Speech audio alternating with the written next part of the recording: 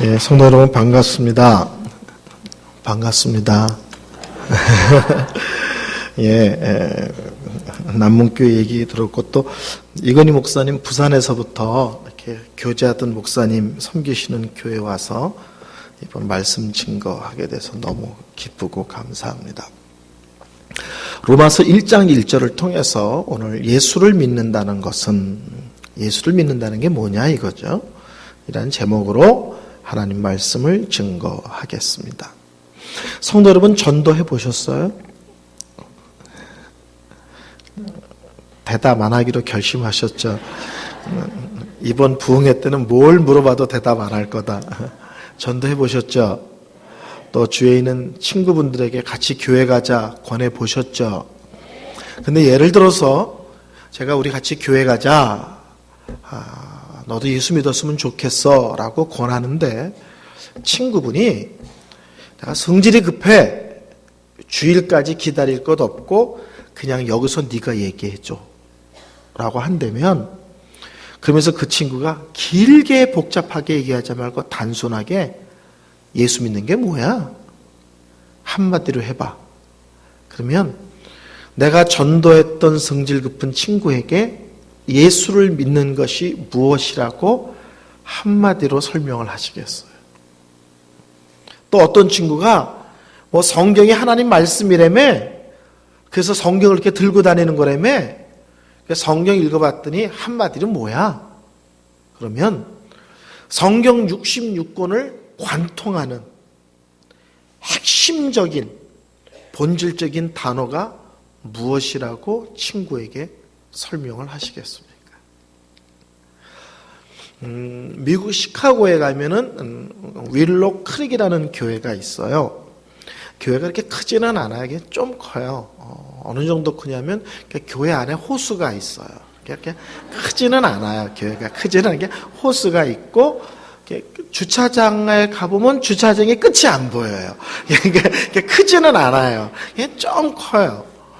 근데 그 담임 목사님이 빌 하이빌즈라는 분이신데 이분이 취미가 뭐냐면요, 요트 선수예요. 자기가 요트를 갖고 있다는 게 아니라 요트 선수예요. 목사가 무슨 요트 선수냐 이렇게 말하시면 안 돼요. 목사들 중에서 태어날 때부터 있는 집에서 태어난 목사님들도 가끔 있거든요. 제가 앞에 탁 섰을 때 느끼셨죠? 있어 보인다. 그렇다고요. 태어날 때부터 있는 집에서 태어나고 있어 보이는 사람이 있어요. 그건 어쩔 수가 없어요. 그 아버님이 큰 사업을 하시는 분이셨어요. 그래서 이분이 요트 선수예요. 근데 맨 처음에는 배를 같이 여러 사람이 배를 타고 훈련하면서 이분이 그 선수들에게 자기가 목사라고 얘기를 일부러 안 했습니다. 왜냐하면 뭐 시간 문제인 거예요. 이분이 목사님인 걸 아는 건. 왜냐면 전 세계적으로 유명한 분이거든요. 그러니까 뭐 하루 이틀, 뭐 일주일, 뭐 2주일 있으면 쓱 알게 될 거다. 그래서 일부러 목사라고 밝히지 않았습니다. 하루는 훈련을 다 끝나고 배에서 내려서 주차장으로 걸어가는데 선수 하나가 뒤따라 나오면서 소리를 지른 거예요. 빌할부주 목사님! 이렇게 부른 거예요. 그 목사님이 드디어 내가 목사인 줄 알았구나 하고 탁 돌아서자마자 기습적인 질문을 했어요. 목사님, 이 세상에는 종교가 참으로 많은데 이 세상 모든 종교와 기독교가 다른 것이 무엇인지 한마디로 설명해 주세요. 이 세상에는 종교가 너무 많은데 이 세상의 모든 종교와 기독교가 다른 것이 무엇인지 한마디로 설명해 주세요. 근데 이 목사님이 그런 질문을 할 줄을 알았다는 듯이 조금도 망설임 없이 바로 탁 대답을 했어요. 이 세상의 모든 종교는 네가 하라다. 근데 기독교는 예수님께서 십자가에서 다 하셨다다. 아멘할 타임을 놓치신 거 아시죠? 다시 기회를 드리겠습니다. 아멘할 기회를. 쉽게 말씀드리면 이 세상의 모든 종교는 죄의 문제를 네가 해결하라는 거예요. 네가 돌을 닦던 연구를 하던 책을 보던 산속에 들어가던 고행을 하던 네가 답을 찾아내라는 거예요. 죽음의 문제는요, 네가 해결하려는 거예요. 무슨 말인지 아시죠? 공부를 하던 돌을 닦던 고행을 하던 산속에 들어가던 네가. 내세의 문제는요, 내세의 문제도 네가. 근데 기독교는 죄의 문제는요, 예수께서 십자가에서 다 해결하셨습니다. 죽음의 문제는 예수께서 십자가에서 다 해결하셨습니다. 내세의 문제는 예수께서 십자가에서 다 해결하셨습니다. 이 세상의 모든 종교는 인생의 가장 근본적인 문제, 죄의 문제, 죽음의 문제, 죽음 이후의 문제를 네가 해결하려는 거예요. 기독교는 예수께서 십자가에서 피 흘려 돌아가시고 3일 만에 부활하심으로 죄의 문제도 다, 죽음의 문제도 다, 내세의 문제도 다 그분이 해결하셨습니다. 아주 단순한 말이지만 신앙의 핵심, 본질을 딱 설명하고 있죠. 제가 책을 한 권 읽었는데요, 그 책을 쓴 목사님이 인도에 여행을 가신 거예요. 여행을 하다가 우연히 다양한 종교 지도자들이 모여서 토론을 하는 자리에 참석을 하게 됐습니다. 근데 뭘 토론하냐면 그 종교 지도자들이 자기네가 믿는 신에게 나아갈 때 어떤 절차를 갖고 조심스럽게 나가는지에 대한 토론이었어요. 근데 그런 거 아세요? 믿는 종교가 이렇게 좀 조잡스러울수록 그 신에게 나가는 절차가 까다로워요. 뭐 3일 전부터 뭐를 조심하고 뭘 먹으면 안 되고 뭐 이렇게 절차를 까다롭게 해서 마치 자기네 신이 특별한 것처럼 보이게 애를 써요. 그러니까 다양한 종교 지도자들이 나는 어떤 신을 섬기고 우리 신에게 예배하러 나갈 때는 뭐 목욕을 제기해야 되고 3일 전부터 개고기 먹으면 안 되고 뭐 그런 거 있잖아요. 막을 떠드는 거예요. 그러면서 자기네가 믿는 신과 예배 형식과 내용이 얼마나 특별한지를. 근데 목사님이 가만히 쭉 듣다가 끝에 가서 손을 들은 거예요. 사회를 보는 분이 당신은 어떤 신을 섬깁니까? 그리고 당신의 신에게 나아가기 위해서는 어떤 절차가 필요합니까? 이렇게 질문했어요. 그때 목사님이 일어나서 이렇게 얘기하셨대요. 나는 이 세상 모든 것을 말씀으로 창조하신, 그리고 창조하신 것을 모든 것을 다스리시는 크고 위대하고 거룩하고 영광이시며 광대하신 창조주 여호와 하나님을 믿습니다. 근데 놀랍게도 그 놀라운 창조주 하나님, 거룩하신 하나님은 놀랍게도 피조물인 우리를, 죄인인 우리를 직접 만나기 위해서 찾아오십니다. 아멘? 우리 하나님은 죄인인 우리를 직접 찾아오셨고요.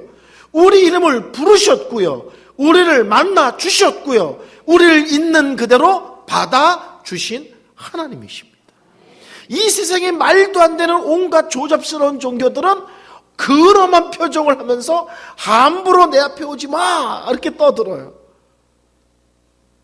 여호와 하나님, 창조주 하나님, 거룩하신 하나님, 영광의 하나님, 능력의 하나님,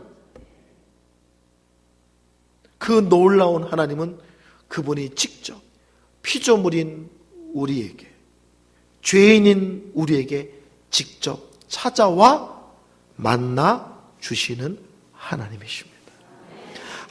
아주 단순한 말이지만 신앙의 본질적인 것에 대해서 아주 정확하게 얘기를 해주고 있죠. 성도님들이 저에게 그럼 목사님은 예수를 믿는 게 뭐라고 설명하시겠습니까? 간단하게 얘기해 주세요.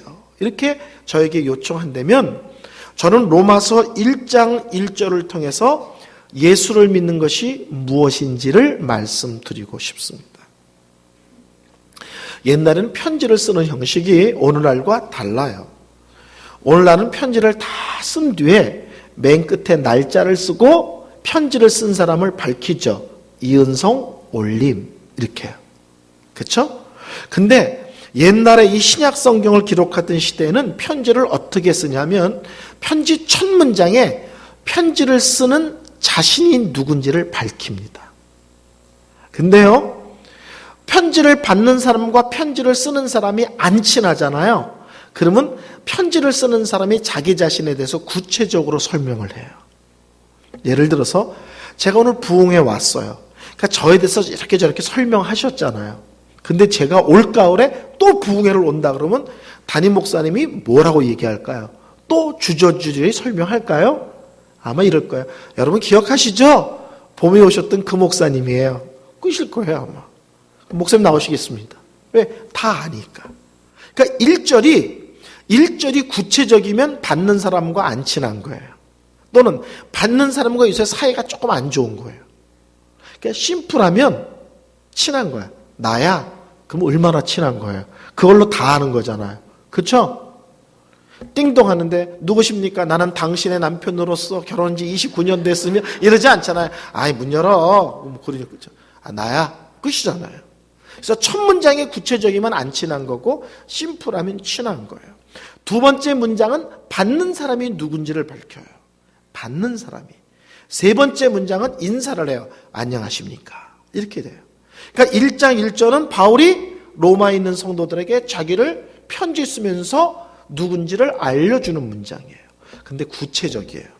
안 친한 거예요. 아시겠죠? 자, 보실까요? 다시 봅니다. 로마서 1장 1절 다 같이 한 목소리로 읽겠습니다. 시작.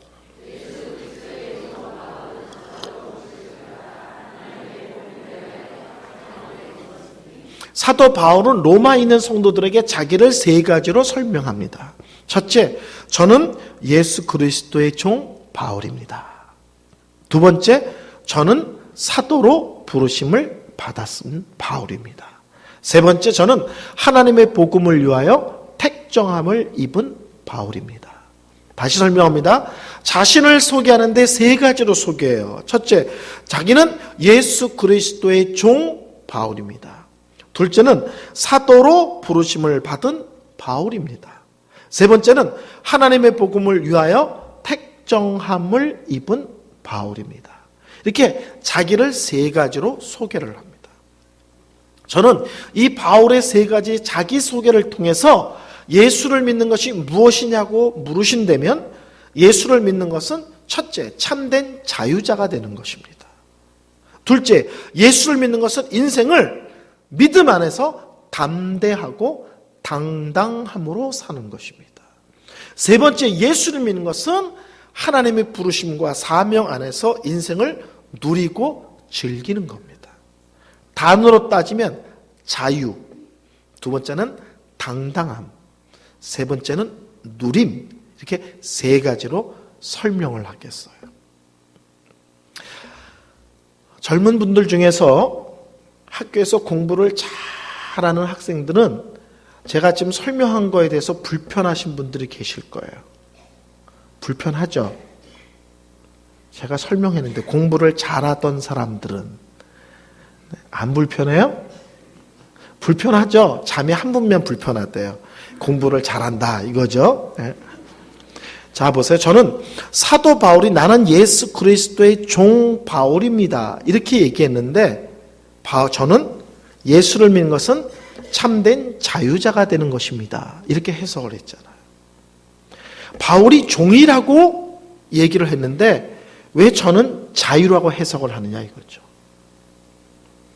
성도 여러분, 나이가 어리면 자유가 뭐냐? 벗어나는 게 자유예요. 그렇죠? 그래서 옛날에 윤신혜라는 가수가 이런 노래 불렀는데 기억하세요? 벗어나고 파! 열애라는 노래도 있죠. 뭐 공부합시다 이런 노래도 있지만 윤신혜라는 가수가 부른 노래 중에서 벗어나고 파! 노래를 그렇게 했어요. 그렇죠? 그런 노래가 있어요. 자유는 뭐냐? 벗어나는 거라고 생각을 하는 거예요. 저희 큰딸이 고3 때였어요. 뭐 공부를 썩 잘하진 않고 그냥 좀 해요. 공부를 좀. 전교 1등, 2등, 뭐 이렇게. 뭐 성적이 안 좋으면 3등? 그냥 뭐 잘한 편은 아니에요. 그냥 좀 해요. 그래서 제가 그 아이에게 물어봤어요. 너 대학 어디 갈래? 대학 어디 갈래? 저희 집 앞에서 다리가 하나 있어요. 그 다리 이름이 덤발던 브리지라는 건데 그 다리를 건너면 스탠포드라는 대학이 있어요. 그냥 다리 하나 건너면. 그냥 우리 동네 대학이에요. 동네 대학. 스탠포드가 어느 정도냐? 제가 아는 목사님 딸이 하버드, 예일, 스탠포드를 다 붙었는데 아빠 목회를 돕는다고 스탠포드를 택했어요. 그러니까 미국에서 손가락으로 꼽는 학교죠. 근데 저희는 그냥 동네 대학이라고 불러요. 저희 집에서 차를 타고 한 15분 정도 가면 동네 대학이 또 하나 있는데 그 대학을 버클리라고 불러요. 그 학교 가면 주차장에 특별한 게 있는데 노벨상 받은 교수님들을 위한 전용 주차장이 따로 있어요. 그러니까 한 학교에 노벨상 받은 사람이 얼마나 많은지 그들을 위한 전용 주차장에 있는 대학이에요. 그냥 동네 대학이에요.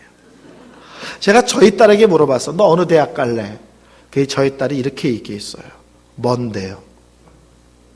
어느 대학 갈래? 그러면 서울대 갈래? 연대 갈래? 서강대 갈래? 이런 거잖아요. 부산대 따지면 부산대 갈래? 경성대 갈래? 이런 거거든요. 근데 저희 딸이 어느 대학 갈래? 근데 뭔데요? 얼마나 먼 데로 가느냐? 미국은 운전할 때 130km까지는 딱지를 안 떼어요. 130km로 달려서 한 번도 쉬지 않고 가면 9시간 걸리는 데로 갔어요. 왜요? 졸업과 동시에 자기 근처에 얼씬거리지 말라는 거예요. 그럼 둘째, 셋째는요. 비행기로 7시간 걸리는 데로 갔어요. 가볼 생각도 못해요. 비행기 값이 100만 원이에요. 뭐냐? 어린아이들에게서 자유는 선생님의 간섭과 잔소리로부터 벗어나는 거예요. 어린아이들에게 자유는 뭐냐? 부모님들의 시선, 그렇죠? 간섭으로부터 벗어나는 거예요. 근데 참된 자유는요, 벗어나는 게 아니고 매이는 거예요. 저는 지금 병원에 근무합니다. 예를 들어서 제가 총각이라고 생각을 해보세요. 인물도 뭐 괜찮아요. 있어 보여요. 근데 제가 총각이면 어떤 일이 벌어질까요? 저희 병원의 직원의 90%가 여자예요. 그리고 거의 다 결혼하지 않은 처녀들이에요. 그리고 저희 병원의 간호사님들의 특징은 이뻐. 근데 새로운 목사가 있어 보이고 빤듯한데 총각이다. 제가 설교를 하는데 어떤 간호사가 유난스럽게 아멘을 크게 해. 그럼 제가 어떤 느낌이 들까요? 자기를 좀 쳐다봐달란 거냐? 그렇죠? 설교하는데 자꾸 생글생글 웃어. 내가 좋다는 거냐? 엘리베이터에서 인사하면서 목사님 바쁘세요. 왜? 안 바쁘면 데이트하자고? 점심시간 되는데 목사님 식사하셨어요. 왜? 같이 먹자고? 아마 여자 직원의 얼굴 표정 하나, 말 하나, 인사할 때 문구까지 다 신경 쓰일 거예요. 나를 좋아하나? 짝사랑하나? 만나고 싶은 건가? 제가 별 신경을 다 쓸 거예요. 근데 제가요, 한 여자에게 꽉 붙잡힌 바 되었습니다. 결혼을 해서요. 그러면 이 세상 모든 여자로부터 자유롭습니다. 예배 시간에 크게 아멘 하셔도 돼요. 제가 신경 안 써요. 크게 웃어도 그냥 웃긴가 보다 그러지 날 좋아하나 이러지 않아요. 왜냐면 제가 한 여자에게 매여 있거든요. 그러니까 참된 자유는 어렸을 때는 벗어나는 건데 인생을 깊이 살고 특별히 진리를 깨달으면 자유는 벗어나는 게 아니라 매이는 거라는 걸 알게 돼요. 이 땅에서 참된 자유는 어디서 나오냐면 예수께 완전히 매일 때 나와요. 아멘. 예수께 완전히, 그리고 예수께 철저히 매이면 그때부터 인생이 자유롭습니다. 예수님이 좋아하는 거 나 좋아해요. 예수님이 싫어하는 거 나 싫어해요. 예수님이 신경 안 쓰는 거 나 신경 안 써요. 예수님이 관심 없는 거 나 거기에 마음 두지도 않고 시간 쓰지도 않고 그런데 돈 쓰지도 않아요. 예수께 매이면 자유로울 뿐만 아니라 인생이 단소롭습니다. 단순해. 머리가 복잡하지 않아요. 왜? 기준이 예수 기준에 따라 움직이기 때문에 그랬습니다. 그래서 예수께 붙잡힌 바 되어지면 하나님께서 우리에게 주신 가장 큰 축복 중에 하나는 자유예요. 아멘? 자유로워집니다. 근데 자유로워지는 내용이 무지하게 다양해요. 너무너무 다양합니다. 근데 오늘 이 저녁에 다 말씀드릴 수 없으니까 가장 본질적인 3개만 말씀드릴 거예요. 3개만. 가장 본질적인 것 3개. 첫째는, 자, 예수님 이 땅에 오셨어요. 그렇죠? 그리고 십자가에 달려 돌아가셨습니다. 우리는 일반적으로 예수께서 십자가에 달려 돌아가신 이유가 뭐냐? 그러면 내 죄 때문입니다. 이렇게 대답을 해요. 그렇지만 그걸 자세히 풀면 예수님의 십자가와 부활은 내 죄를 해결한 거고 내 죽음을 해결한 거고 마귀를 해결하신 놀라운 사건입니다. 아멘? 근데 이 3가지가 엉켜 있어요. 마귀를 통해서 죄 짓게 되고 죄의 결과 죽음의 권세가 우리를 사로잡고 이 3개가 엉켜 있습니다. 그래서 우리는 뭉뚱그려서 예수님의 십자가는 내 죄를 해결했습니다라고 말하지만 그것을 자세히 풀어보면 십자가는 죄를 해결하고 죽음을 해결하고 마귀를 해결하신 것입니다. 예수님이 이 땅에 오셨습니다. 그리고 십자가 그냥 달려 돌아가셔도 되죠.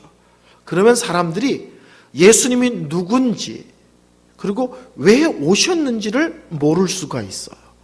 그래서 이 땅에 계시는 동안 십자가를 지시기 전에 말씀과 능력을 통하여 자신이 누군지와 자신이 이 땅에 왜 왔는지를 충분히 설명해 주고 실력으로 보여주신 다음에 십자가에 달려 돌아가셨습니다.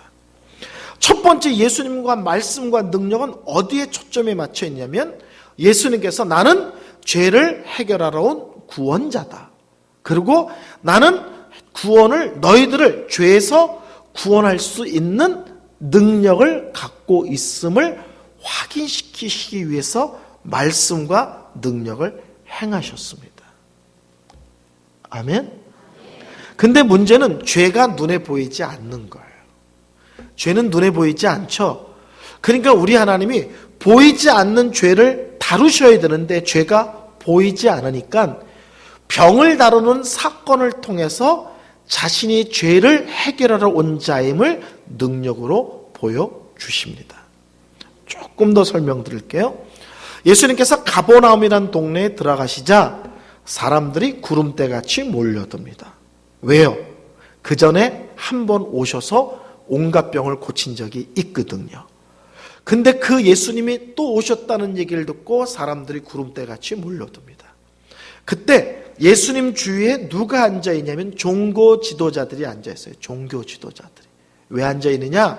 예수님이 온갖 병을 고쳤다는데 진짜인지 가짜인지 혹시 사기치는 사람은 아닌지 확인하려고 앉아있는 거예요. 근데 확인을 하려면 아픈 사람이 나타나야 되잖아요. 그때 때마침 중풍병자를 친구들이 들것에 싣고 옵니다. 사람들이 너무 많아서 예수님 앞에 나갈 수 없자 그들이 지붕을 뚫고 환자를 달아내립니다. 종교 지도자들에게는 예수님이 정말 능력이 있는 자인지 아니면 사기를 치는지 확인할 수 있는 확인의 절호의 찬스가 왔어요. 근데 우리 예수님께서 그 사람들 앞에서 오해받을 수 있는 말씀을 하세요. 소자야, 네 죄 사함을 받았느니라. 내 죄 사함을 받았느니라. 그 얘기를 하자 종교 지도자들이 마음에 뭐라고 생각하냐면 사기꾼이구나 이렇게 생각했다는 거예요. 자, 질문 드립니다. 예수님이 사기꾼이라고 생각하는 사람들 입장에서는 병 고치는 게 쉬워요? 죄를 사하시는 게 쉬워요? 다시 질문합니다. 예수님을 사기꾼이라고 생각하는 사람들에게는 병을 고치는 게 쉬워요? 죄 사하는 게 쉬워요? 죄 사하는 게 쉽죠. 왜? 죄는 안 보이잖아요. 네 죄 사함을 받았느니라. 있어 보이지만 확인 불가해요. 그러나 네 병이 나았다 그러면 이건 확인이 가능해요. 벌떡 일어나야 되잖아요. 펄펄 뛰고 집으로 가야 되잖아요. 그러니까 예수님이 네 죄 사함을 받았느니라 그러니까 종교지도자들이 사기꾼 맞구나. 병 고칠 능력이 없으니까 엉뚱한 소리 하는구나 이렇게 생각했다고요. 그때 예수님께서 나는 너희들이 무슨 생각을 하는 줄 안다. 그런데 내가 사기를 치려고 그 말하는 것이 아니라 죄 사하는 능력이 있음을 확인케 하기 위해서 이 말을 한 거다. 소자야, 자리를 들고 집으로 가라. 자, 중풍병자가 일어나서 들 것을 들고 집으로 갑니다. 조금 더 설명할게요. 성도 여러분, 김 집사님이 아파서 병원에 입원했어요. 근데 성도님들이 위로한다고 가서 병원 가서 집사님이 아파서 병원에 입원한 건 최근에 하나님께 죄를 지었기 때문에 하나님이 벌 주신 거야. 그러니까 회개해. 이렇게 얘기하면 안 돼요. 무슨 말씀인지 아시죠? 하나님은 물론 심각한 죄를 졌을 때 어느 때는 징계로, 어느 때는 회개시키기 위해서 아프게 하실 수도 있어요. 그렇지만 우리는 이 사람이 아픈 게 최근에 아픈 사람하고 놀아가지고 병이 옮았는지, 요새 과로로 쓰러졌는지, 죄 때문인지 우리가 함부로 판단할 수는 없다고요. 특히 죄 때문이라고 함부로 말할 수는 없어요. 왜? 우리는 그런 걸 판단할 위치에 있지 않고 판단할 능력도 없거든요. 그러니까 김 집사님이 병원에 입원한 데 가서 회개하라고 말하는 것은 되게 조심스러운 거예요. 그런데요, 김 집사님이 아파서 병원에 입원하고 고통 속에 신음하는 것은 근본적으로 아담이 지은 죄 때문에 그 죄의 파생으로 질병과 고통과 아픔의 결과예요. 그것은 맞아요. 아멘? 내가 지금 아파서 병원에 입원한 것은 어저께 지은 죄 때문이라고 말할 수는 없지만 내 모든 질병과 고통의 근원, 뿌리, 출발은 아담이 죄를 지었고 그 죄의 결과 이 땅에 눈물이, 고통이, 아픔이, 질병이, 죽음이 들어온 것입니다. 아멘? 그래서 우리 예수님은 병을 고치러, 죄를 해결하러 온 구원자고 죄를 해결할 능력이 있는데 죄가 눈에 보이지 않으니까 병을 고치는 사건을 통해서 나는 이 병의 근원인 죄를 해결하러 온 구원자다. 그리고 죄를 해결할 능력이 있다는 걸 보여주기 위해서 병을 고쳐주시는 겁니다. 그래서 우리 예수님은 병을 고친다는 얘기하기 전에 의도적으로 이것은 죄에 대한 얘기를 하고 싶어서 능력을 행하는 거라고 말씀하고 싶어서 죄사함을 먼저 선포하시는 것입니다. 조금 더 설명드릴게요. 제가 병원에 처음 가서 얼마 안 됐을 때 환우들과 수요일날 성경 공부를 했어요. 성경 공부가 끝나자 어떤 젊은 환우가 단둘이 좀 얘기 좀 하재요. 성도님들 그런 거 아세요? 목사가 인물이 빤듯하잖아요. 그러면 좀 피곤해요. 성경 공부하면 됐지 뭘 단둘이 얘기를 해. 근데 단둘이 얘기하죠. 또 아픈 분이 그러니까 그럼 남으세요 그랬어요. 근데 이 젊은 분이 자꾸 바짝 오는 거예요. 바짝 오면서 뭐라고 말하냐면 목사님 저는 혈루병이에요 그래요. 근데 혈루병이에요 그런데 피부가 확 안 와닿는 거예요. 그 전에 이렇게 얘기했네요. 바짝 오면서 뭐라고 하면 목사님 저는 3년 동안 이를 안 닦았어요 그러는 거예요. 첫 마디가. 그럼 가까이 오면 안 되죠. 근데 이분이 제가 이를 왜 안 닦으셨어요? 했더니 제가 혈루병이에요 그래요. 근데 제가 그때 얼른 이해를 못해서 혈루병인데 이를 왜 안 닦으셨어요? 또 이렇게 물어봤어요. 그랬더니 그분이 제가 이를 닦다가 피가 나면 이 피가 한 달 뒤에 멈출지 1년 뒤에 멈출지 내일 멈출지 모레 멈출지 기약이 없다는 거예요. 그러니까 가글은 할 수 있어도 잇몸을 비빌 수는 없다는 거예요. 그러니까 성경이 말하는 혈루병이 피부에 확 와닿는 거예요. 성경에 혈루병 12년 동안 혈루병 걸린 여인이 몰래 예수님에게 와서 옷자락을 잡는 사건이 벌어집니다. 그 여인은 병을 걸린 지 12년이 되었고 그것 때문에 많은 고통을 당했고 많은 의사들을 찾아다녔고 그것 때문에 돈도 탕진했다 이렇게 기록되어 있어요. 근데 예수님이 길을 걸어갈 때 그 여자가 몰래 예수님의 옷자락을 잡습니다. 근데 성도 여러분 레위기를 읽어보시면 이 혈루병은 부정하다라고 기록되어 있어요. 우리나라 말은 아주 이해가 쉬워요. 부정타요. 그래서 이 혈루병 걸린 여인이 남문교에 와서 강대상을 탁 짚으면 이 강대상이 부정을 타는 거예요. 그래서 갖다가 버려야 돼요. 하나님 앞에 쓰일 수가 없어요. 마이크를 비싼 거를 사왔는데 그 여인이 와서 마이크를 만지죠. 그럼 이 마이크는 내다 버려야 돼요. 부정 타서 하나님 앞에 드릴 수 없는 것이 돼요. 그러니까 이 여인은 하나님 앞에 부정하여 나아갈 수 없을 뿐만 아니라 자기가 만지고 자기 몸에 스치는 모든 것을 부정하게 만드는 거예요. 근데 이 여인이 놀랍게도 예수님의 옷자락을 만집니다. 누가 부정해져야 돼요? 누가 부정해져야 돼요? 예수님이요. 근데 놀랍게도 이 여인이 예수님의 옷자락을 잡자 이 여인이 깨끗해집니다. 온전해집니다. 부정한 여인이, 하나님 앞에 나아갈 수 없는 여인이, 하나님께 쓸모없는 여인이 예수님의 옷자락을 잡는 순간 깨끗해지고 하나님께 예배 드릴 수 있는 백성이 되고 하나님께 쓰임받는데 걸림돌이 되지 모든 것들이 사라지는 한순간에 변화된 인생이 되는 거예요. 예수님은 병 고치는 걸 통해서 예수를 믿으면 온갖 병이 낫는다라는 얘기를 하는 것 이전에 근본적인 얘기를 하고 싶은 거예요. 내 앞에 나오면 죄가 해결됩니다. 나는 죄를 해결하러 온 구원자이며 죄를 해결할 능력이 있습니다. 제가 미국에서 연합으로 어떤 영성 훈련 같은 것을 했어요. 근데 그 자리에 어떤 형제가 와서 예수를 믿었는데요. 유난스럽게 믿었어요. 울고 뛰고 춤추고 뒹굴고 난리가 난 거예요. 이 세상 예수는 지 혼자 만난 것처럼. 그 다음날 아침에 식사를 하러 만나는데 얼굴이 시커매져가지고 제 맞은편에 앉아있는 거예요. 제가 물어봤어요. 형제님, 어젯밤에 예수 믿었다고 만났다고 난리치더니 하루아침 사이에 얼굴이 왜 이렇게 변했습니까? 그랬더니 그 형제가 그러는 거예요. 목사님, 나 이제 뭐하고 살아요? 그러는 거예요. 왜냐하면 이분이요, 전문 노름가예요.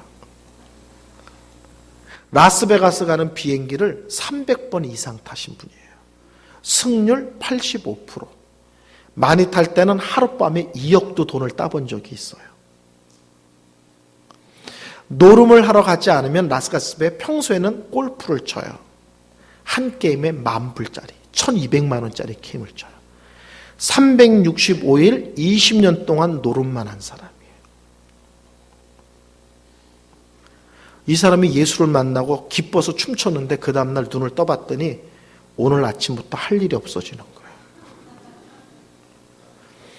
앞으로 뭐예요? 제가 그랬어요. 형제님 돌아가시면 형제님 집 앞에 칼빈 신학교라는 데가 있습니다. 그 학교를 가면 신학생들이 한 3, 40명 있는데 한국에 그 학교 유학 올 사람 정도 되면 탑 클래스의 사람일 겁니다. 근데 신학생들이니까 다 가난해요. 그 사람들을 도와주세요 그랬어요. 그 다음날부터 한국 신학교 기도회 시간에 나가기 시작했어요. 그리고 기도회가 끝나면 아침 먹고 도서관에서 하루 종일 책을 읽는데 제가 추천해 준 책을 1년 동안 150권을 읽었어요. 그러면서 신학생들이 뭐가 어려운지를 살피기 시작했는데 책이 5권인데 차가 5대인데 그 중에 차 3대를 신학생들에게 줬어요. 명품 옷이 200벌인데 4벌 빼고 가난한 신학생들에게 다 나눠줬어요. 저보고 이래요. 목사님, 더 이상 명품 옷을 사는데 돈 쓰지 않을 거고 그런 것으로 내 인생의 자랑을 삼지 않기로 결심을 했어요. 평생을 술 먹고 남 두들겨 패고 남 돈을 노름해서 뺏어 먹는 인생이 예수를 만났더니 날마다 엎드려 2시간씩 기도하는 사람, 자기가 갖고 있는 것을 불쌍한 사람을 나눠주고 도와주는 사람, 지금은 1년에 몇 번씩 선교지에 가서 성경을 가르치는 인생으로 바뀌었어요. 예수를 믿으면 사람이 바뀝니다. 죄 속에 빠진 사람이 깨끗해지고요, 온전해지고요, 하나님의 영광을 위해서 살고요. 아멘? 조금 더 얘기할게요. 하루는 예수님께서 문둥병자를 만나셨는데 그 문둥병자가 예수님께 앞으로 나와 엎드려 절을 합니다. 원래 문둥병자는 정상적인 사람 앞에 오면 안 돼요. 그러면 돌을 던지게 되어 있습니다. 정상적인 사람들이 지나가면 문둥병자는 소리를 질러야 돼요. 부정하다, 부정하다. 쉽게 말하면 나는 문둥병자니까 가까이 오지 마세요. 외쳐야 돼요. 제가 문둥병자에 대한 책을 하나 읽었는데 거기 이런 말이 나와요. 문둥병자들이 부정하다, 부정하다 외치는 그것은 참혹한 고백이래요. 사람들에게 자기가 문둥병자라고 외치는 것임과 동시에 자기도 이스라엘 사람인데, 자기도 아브라함 자손인데 사람들에게 외쳐야 되는 거예요.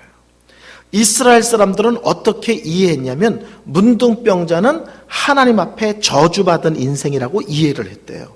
그게 사실인지 아닌지를 떠나서 이스라엘 사람들이 문둥병을 해석하는 이해예요. 그러니까 이 사람이 뭘 외쳐야 되는 거예요? 사람들이 지나가면 나도 여러분과 똑같은 이스라엘 백성이지만 하나님께 저주받은 인생입니다. 나도 여러분과 똑같은 아브라함 후손이지만 나는 하나님께 저주를 받은 쓸모없는 인생입니다. 이거를 죽는 날까지 외쳐야 되는 거예요.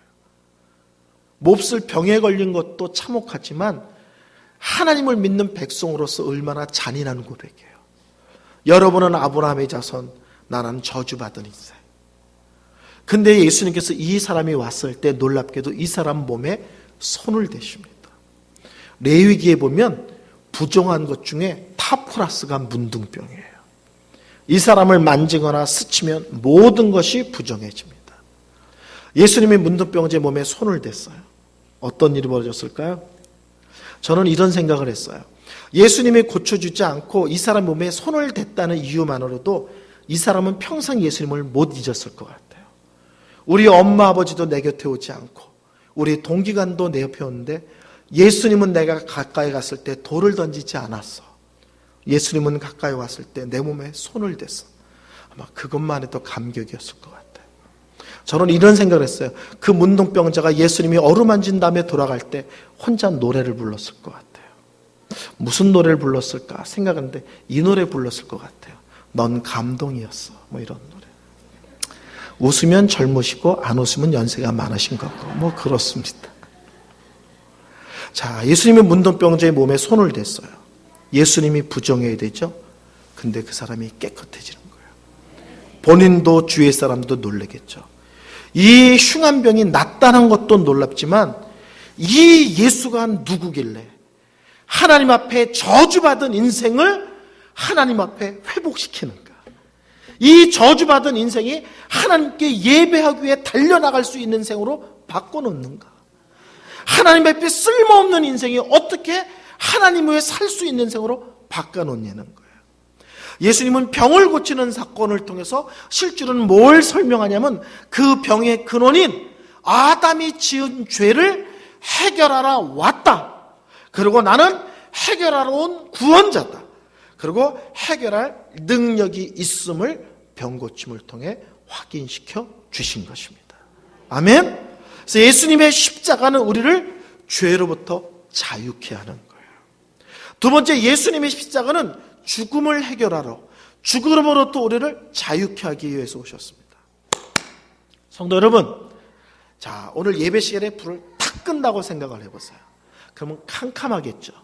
근데 스위치를 탁 올려서 불이 켜져요. 그때 불이 소리 지를까요? 어둠아 물러가라! 막 그럴까요? 안 물러가면 가만 안 놔둘겨! 막 이럴까요? 너 맞고 갈겨! 막 이럴까요? 불을 탁 킴과 동시에 어둠이 쫙 사라져 버리죠. 무슨 말인지 아시죠? 예수님은 이 땅에 계실 때 자신을 뭐라고 설명했냐면 나는 영생이다. 나는 생명이다. 나는 부활이다. 이렇게 설명했어요. 정확히 말하면 예수님이 나는 생명이다, 영생이다 말한 것은 실제 똑같은 말이에요. 근데 어쨌든 한국말은 그걸 다르게 표현했어요. 나는 영생이다. 나는 생명이다. 나는 부활이다. 근데 그렇게만 말씀하지 않고 한 단계 더 말씀하셨어요. 나는 영생을 주러 왔다. 나는 부활을 주러 왔다. 이렇게 말씀하셨어요. 말로 하는 건 쉽죠. 성도 여러분, 제가 로또를 맞았습니다. 그러면 성도 여러분들이 에이 그럴 거예요. 오늘 예배 끝나고 나가시면서 입구에서 100만 원씩 받아 나가세요. 그러면 진짠가 그러시겠죠. 예수님이 나는 생명이다 영생이다 부활이라고 주장하는 건 쉬워요. 근데 그것을 실력으로 보여주는 건 별개의 문제예요. 그래서 자신이 영생이고 생명이고 부활일 뿐만 아니라 우리에게 영원한 생명을 주러 왔음을 능력으로 보여주기 위해서 하신 것이 뭐냐? 예수님이 죽은 자를 살리시는 거예요. 12살 먹은 야이르 딸이 죽었습니다. 우리 예수님께서 그 가정에 들어가자 사람들이 곡을 하고 있었어요. 예수님이 말씀하십니다. 죽은 것이 아니라 잔다. 그때 사람들이 우리가 죽은 것과 잔 것도 분별하지 못하는 줄 아느냐? 그러면서 예수님을 비웃어요. 그리고 예수님이 12살 먹은 야이로의 딸이 죽은 방에 들어갑니다. 다시 설명할게요.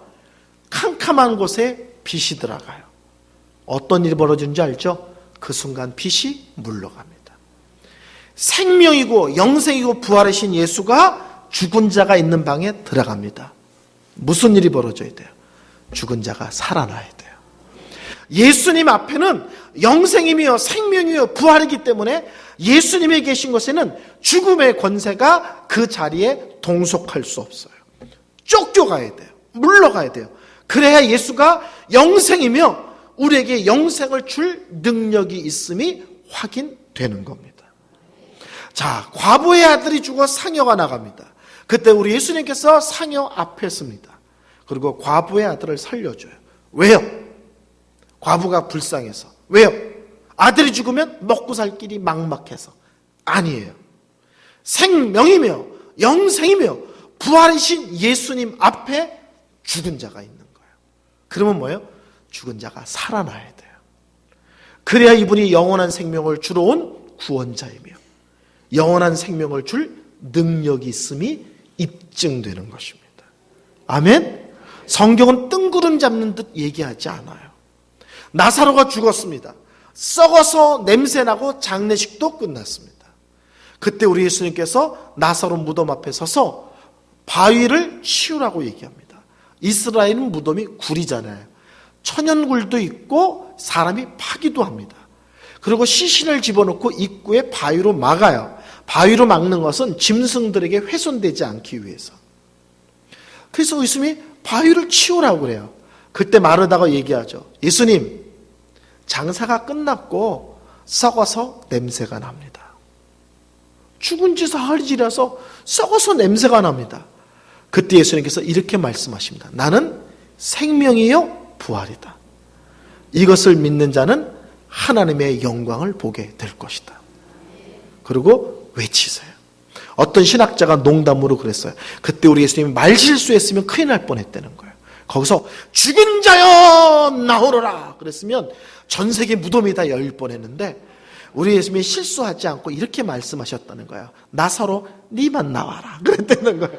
진짜 나사로가 나오면서 부르셨어요? 그러고 나온다. 무슨 말인지 아시죠? 예수님이 계신 곳에 죽음의 권세는 무조건 쫓겨가야 됩니다.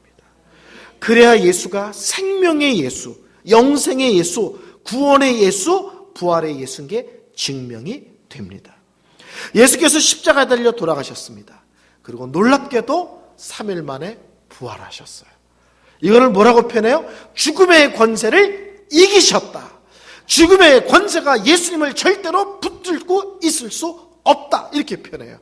예수 부활하셨네. 다른 말로 하면 죽음의 권세를 이기셨네. 그래요.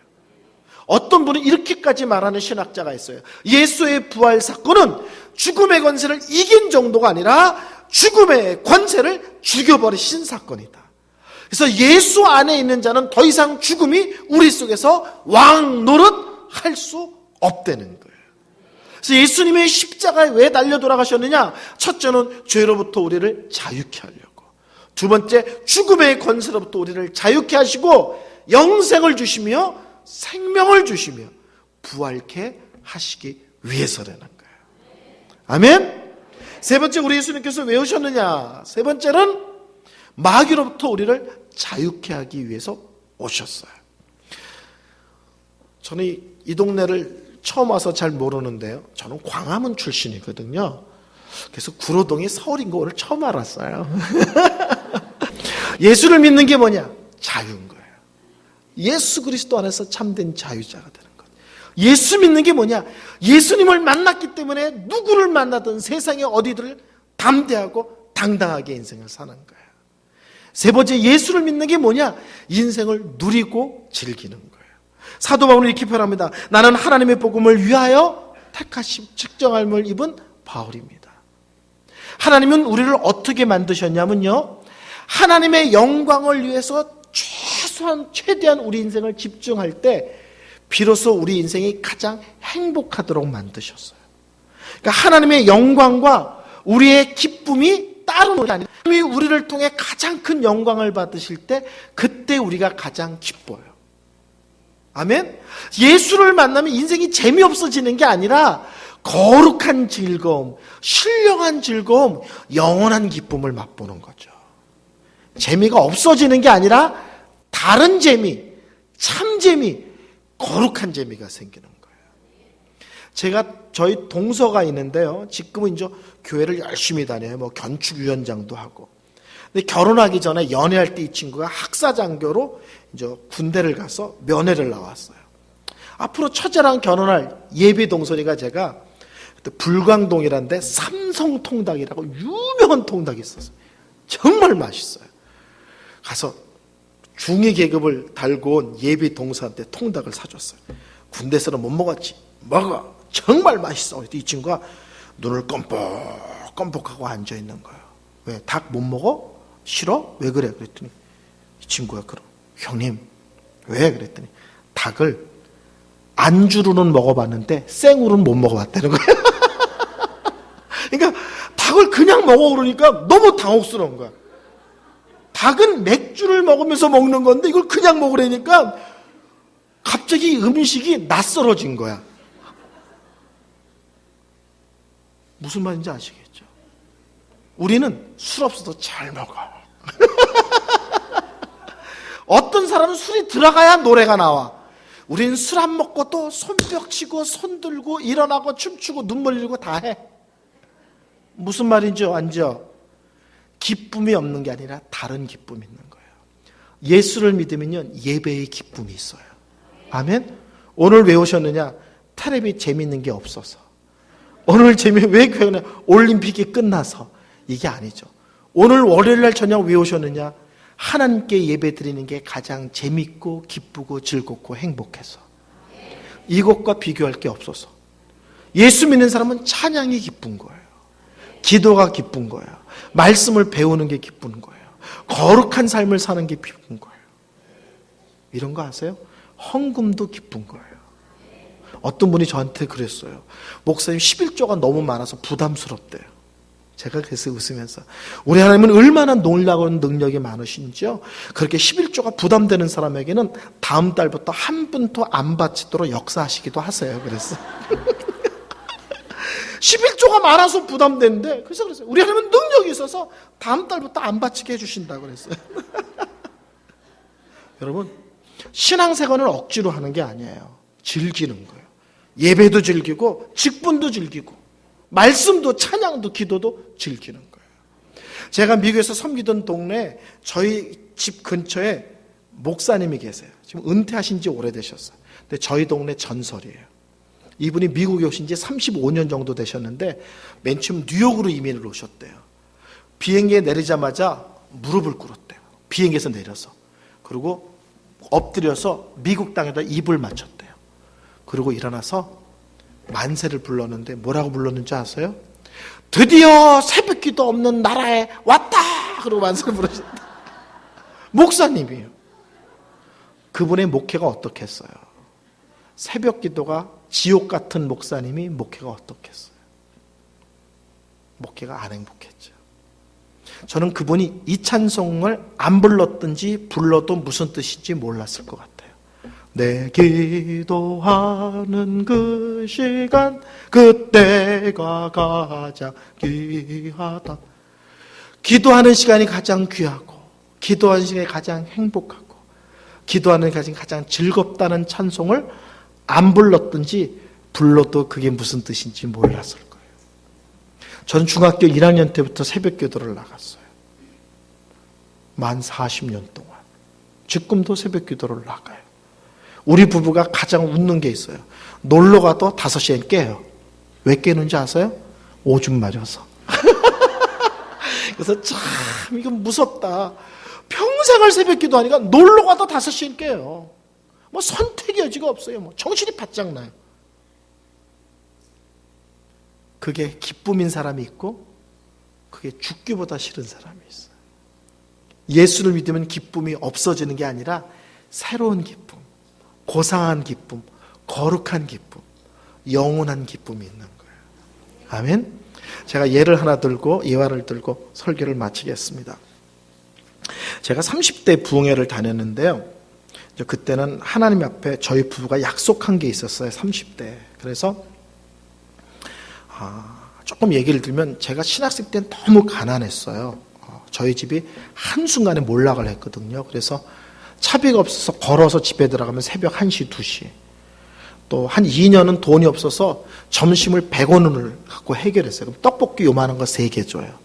근데 날마다 가니까 아줌마가 가끔 불쌍하다가 5개도 줘요.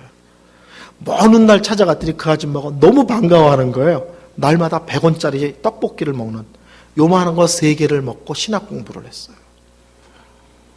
근데 하나님이 52주 중에 48주를 11조를 내게 하셨어요. 기도만 하면 누가 돈을 들고 오고, 쌀 떨어져서 기도하고 눈 뜨면 그 다음날 누가 문지방에 쌀을 놓고 가고, 등록금이 없어서 기도하면 누가 등록금을 보내고, 한 번도 누구에게 도와달라고 얘기한 적이 없는데 기도만 하면 누군가가 나타나요. 일주일에 한 명씩. 그래서 7년 동안. 그래서 성도님들이 제가 장사하는 줄 알았대요. 매주 11조를 내니까.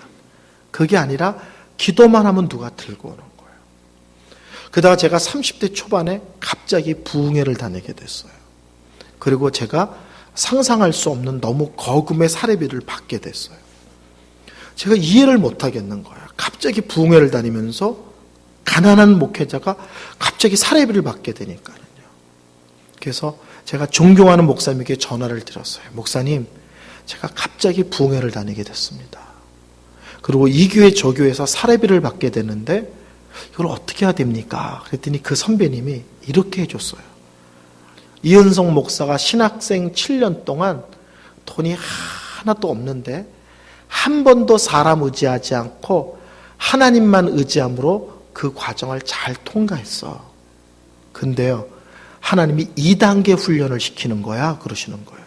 2단계는 뭔데요? 그랬더니 돈이 자꾸 생기는데 이제는 돈이 생기는데 돈을 의지하지 않고 하나님 의지하는 법. 옛날엔 한 푼도 없는데 사람 의지하지 않고 하나님 의지하는 법. 지금 돈이 많이 생기는데 돈 의지하지 않고 하나님 의지하는 법을 2단계 훈련이라는 거예요. 그 얘기를 듣고 끊고 저희 부부가 결심했어요. 부흥회 때 받는 사례비를 절대 집안 살림에 쓰지 않기로. 그래서 30대에 제가 사례비를 한 푼도 800회 집회를 다니면서 그 돈을 생활비로 쓰질 않았어요. 다 밖에다 놓고 들어왔어요. 그러니까 어느 땐 사례비가 얼마인지도 몰라요. 그냥 봉투째 신학생들 주고, 봉투째 선교사님 주고, 봉투째 선교단체 넣고, 뭐 이런 식이었고 그랬기 때문에요. 근데 그때 제가 한참 울산 집회를 다닐 때예요. 집회가 흐름이 있어요. 어느 도시에 꽂히면 계속 그 도시로 가요. 요새 제가 부흥회를요, 목사님, 동기 목사님 교회 훑고 있어요. 그 흐름이 있어요. 부산에서 요새 감리교 교회를 훑고 있어요. 어떤 흐름이 있어요. 어떤 교회 꽂히면 그 흐름을 타요. 그때는 울산을 갈 때.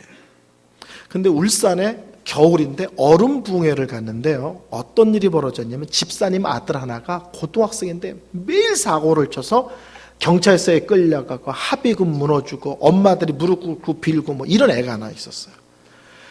교회에 부흥회를 한다니까 엄마가 그 고등학생 아이에게 빈 거예요. 부흥회 1시간만 참석하면 네가 원하는 용돈 다 줄게. 그러니까 이 녀석이 용돈 받을 욕심으로 부흥회 첫 시간을 참석했는데 첫 시간에 은혜를 체험하고 예수를 만난 거예요. 옛날 집회는 3번이었잖아요. 3번.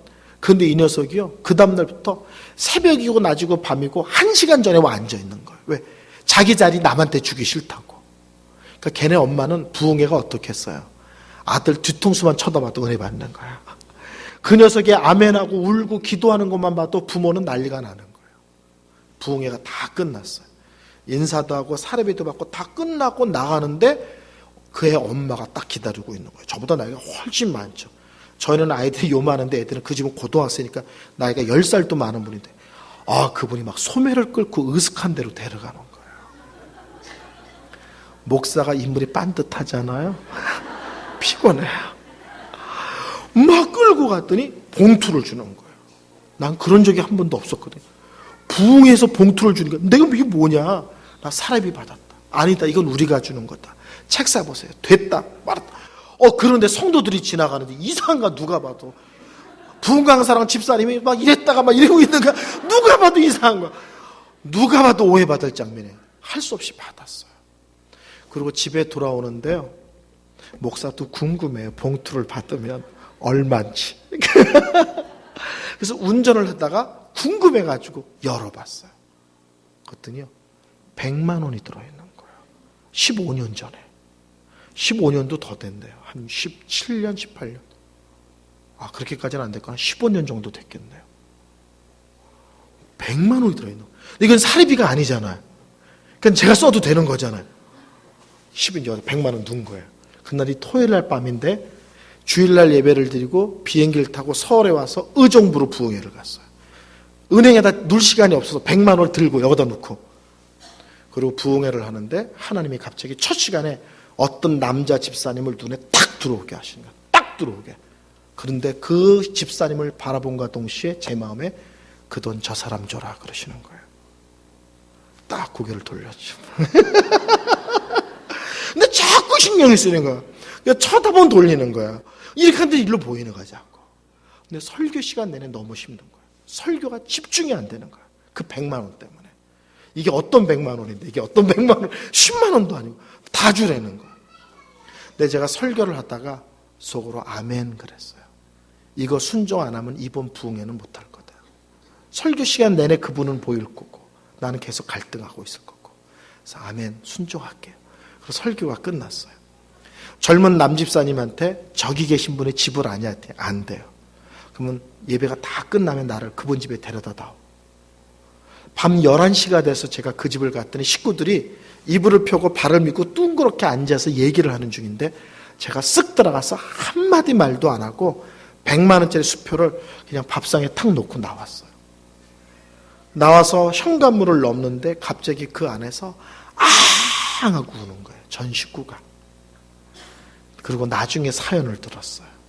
그 남자 집사님이 젊었을 때 마음이 뜨거워서 하나님께 목사가 되겠다고 서원하신 분이에요.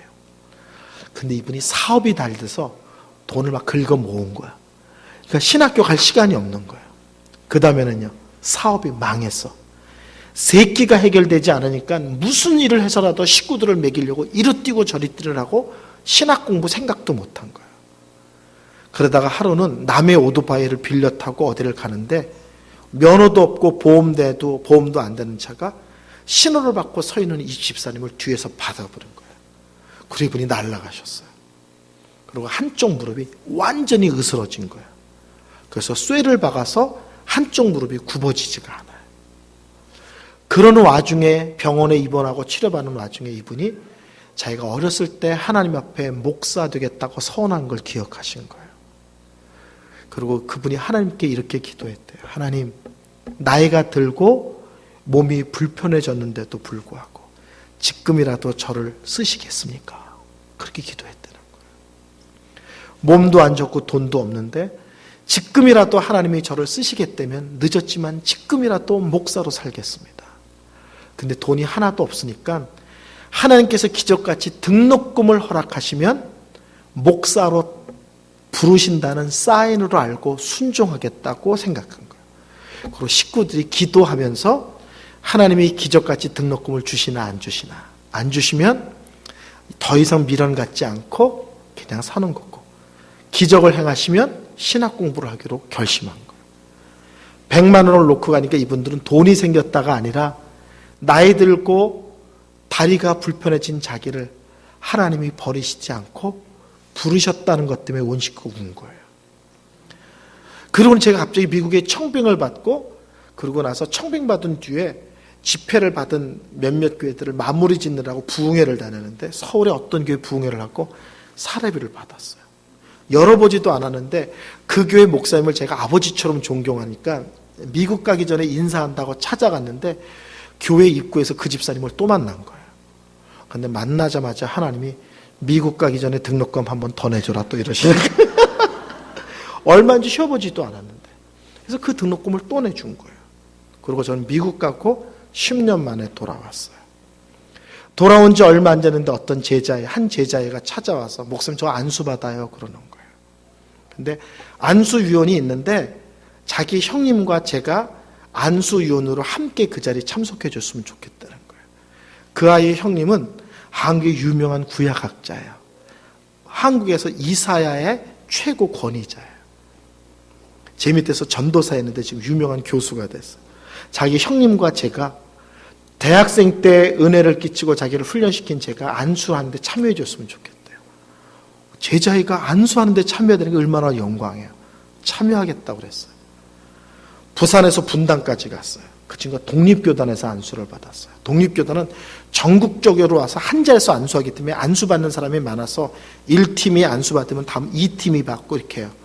그리고 안수받는 목사님들이 쭉 서서 기다리고서 1팀에 나오고 2팀에 오면 안수받는 목사가 쭉 와서 자기가 안수할 목사님 뒤에 서서 안수하고 이러는데 제가 2팀이라 서 있는데 앞에 팀에 안수받는 정 가운데 그 신학생이었던 집사님이 안수받으려고 정 가운데 떡 앉아 계신 거예요.